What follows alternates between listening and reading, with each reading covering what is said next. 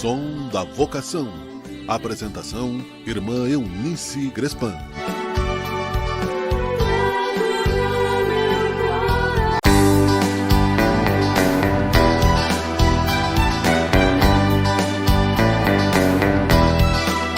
Caminhar nas pegadas de Jesus à luz da esperança que não decepciona. A esperança é superabundante em generosidade. Não é calculista, não olha para a contabilidade dos devedores, não se preocupa com o seu próprio lucro, mas tem um único objetivo: levantar os caídos, curar os quebrantados de coração, libertar de todas as formas de escravidão.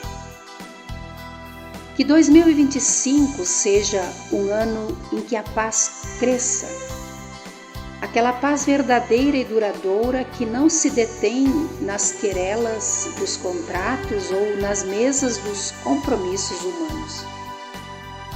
Procuremos a verdadeira paz que é dada por Deus a um coração desarmado, um coração que não se esforça por calcular o que é meu e o que é teu, mas um coração que dissolve o egoísmo para se dispor a ir ao encontro dos outros.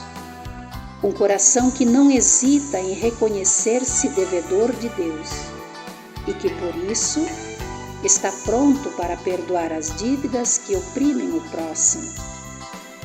Um coração que supera o desânimo em relação ao futuro, com a esperança de que cada pessoa é um bem para esse mundo. Por isso pedimos: ó, vem conosco, vem caminhar. Santa Maria, Mãe de Deus, vem. Mostra-nos o caminho do bem, do belo, da vida, da vocação certa, da vontade do seu Filho. Amém. Irmãs Pastorinhas, vocação para cuidar da vida. Graça e paz.